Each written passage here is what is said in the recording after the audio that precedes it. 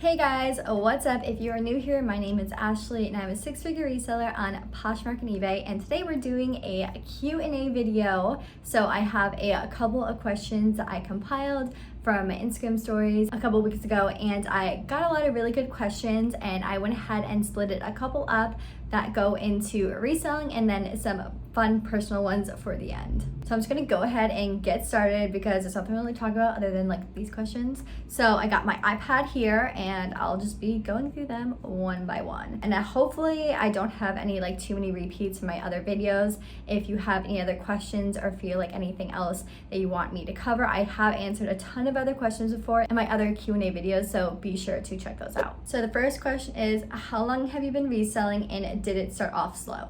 So I have been reselling with my business for 3.5 years, but I have been reselling, I guess you can say, selling on Poshmark for about 5 years now, I would say. But those like between years like 5 and 3.5, I wasn't sourcing at all. And you can go check out my other videos because I think I talked about how I got my inventory and what that looked like before. But essentially I wasn't sourcing. I didn't like have anything in terms of trying to run a business. So I don't really count that because I wasn't making any decisions with getting items. I was just selling what I had. Long story short, I was like getting a bunch of like free items and selling them. So I did not care what I was making them for, but I decided to make the decision to actively source items to flip about 3.5 years ago and keep track of it from there. But with all that said, yeah, it was not like quick up and going. I will say I probably had a little bit more of a ramp up than others starting my business since I already had an established Poshmark and was familiar with how the app worked and was still trying to like work on Poshmark strategies during that time when I had first started on the app. So overall, I probably had a little bit of a leg up when it comes to like when my business started. I've gone over my numbers before, but if I can think back to what I remember, I think my first month I probably made like $500, and then like probably month like 3 was when I made like 3,000, and then I went up to like 2,000 fairly quickly. But again, at that time when I had first actively started to want to sell, to start flipping items, I was sourcing a ton and ramping up my closet really quickly. If you have not seen that success at all, do not worry, everyone has their own place to start, and I definitely did not hit to where I am today or anywhere close to that when I had first started off. So it does take time. It's always slow for everyone starting off. You're not any different. You're not doing anything bad if things aren't going as good as you feel like they should be, because probably your expectations are probably a little bit too high to begin with. So just lower your expectations a little bit, know that you're doing really great, and just keep on focusing with the consistency and you will see that progress. So this next question, I'm bringing it up because I've got a video on it, and it's, I just started Consignment. Any tips on that? So I go all over my consignment process in this video here.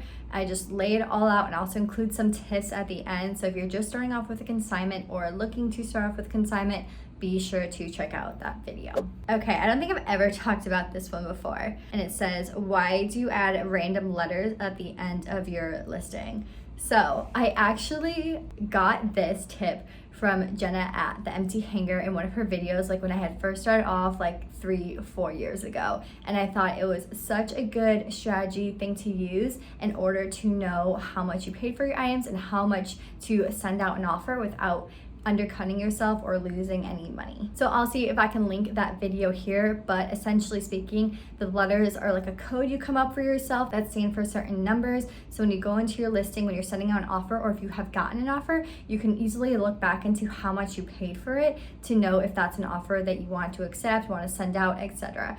Yes, you can go ahead and put how much you paid in that additional feature like in the listing, but I don't like that extra step of having to like go in and like edit the listing and scroll down to see that information. I wish Poshmark just had a way to like click that button and you can see it on your own listing without having to go into it. So that is why I still just put in those letters to know how much I paid for the item. The next question is, what's a brand people think sell well but has proven to disappoint?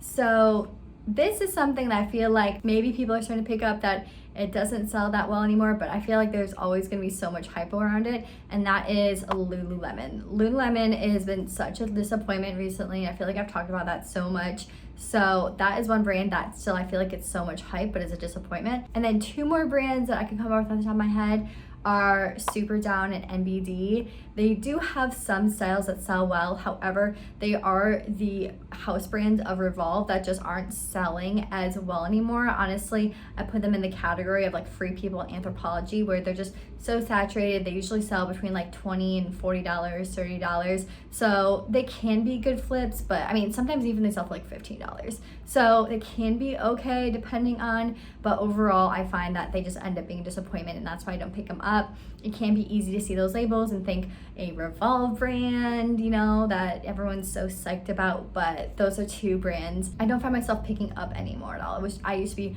really excited to come across those brands. The next question is, do you get items dry cleaned if needed before reselling?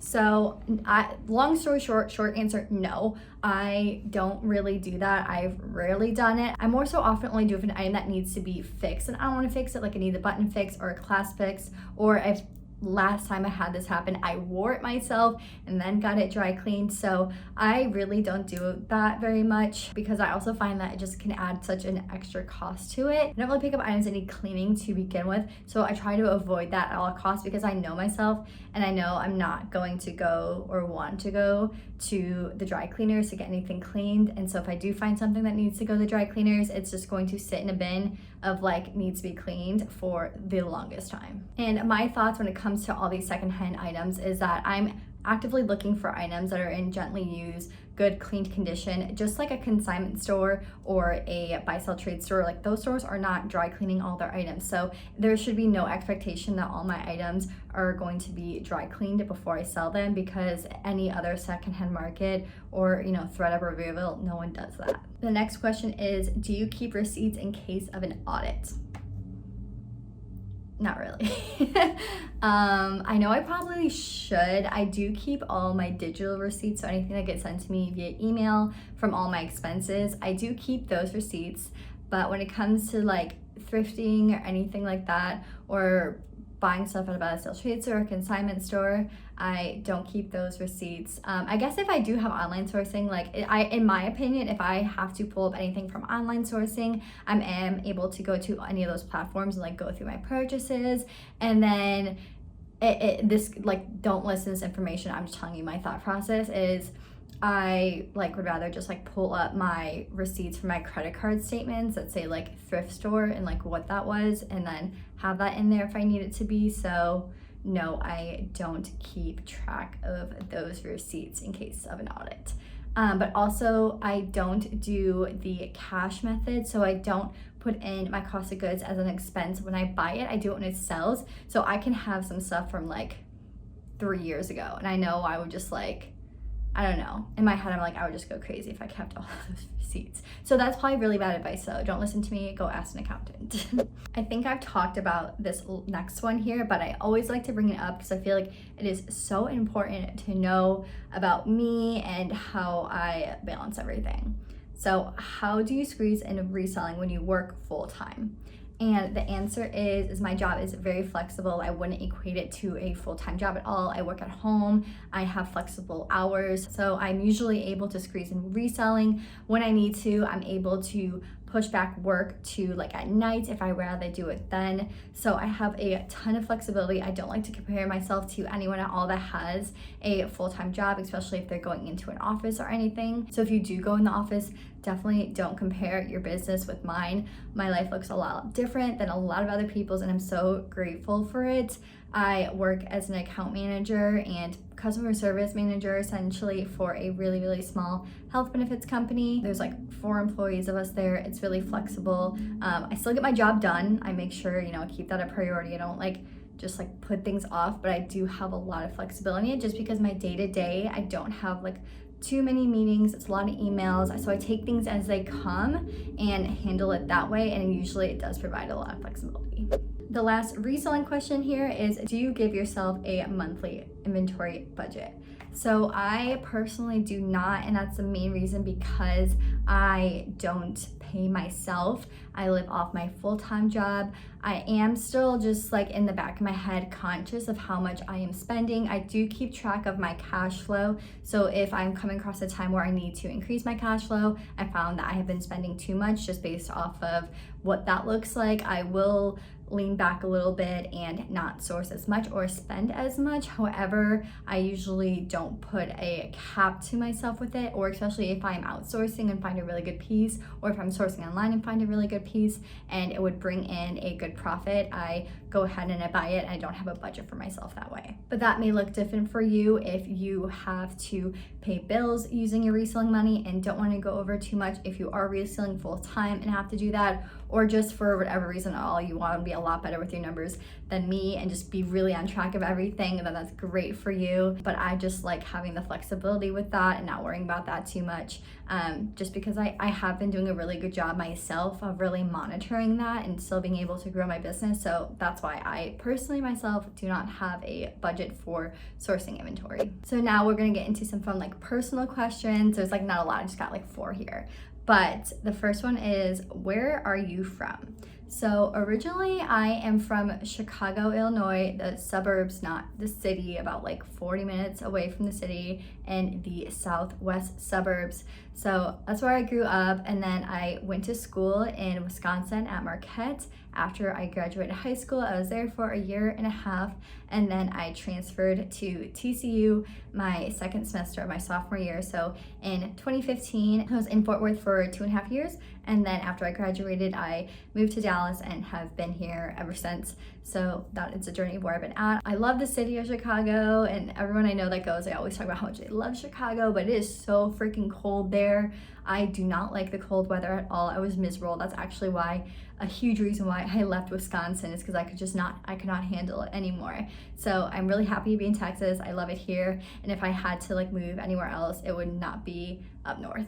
Well, I'm not gonna say that, but probably not, it would not be my first choice. And so the next question is, what did you major in? So in Wisconsin, I majored in physical therapy, and that is actually the biggest reason why I transferred, is because I no longer needed that major there, and I transferred into nutrition, which you have to go to an accredited program to become a dietitian. So my school did not have that at that time, and I had to find a school that would have that program. So that's how I came across TCU. But I really do love like fitness and nutrition, and that's why I majored in like both those things. I still have a really strong connection to exercise science, which was basically my main major at Marquette, and I absolutely love it. Sometimes I wish I can go back to it. I love the subjects, but I just didn't really like the careers that came out of those majors as much. In the best way possible, I just didn't really love like working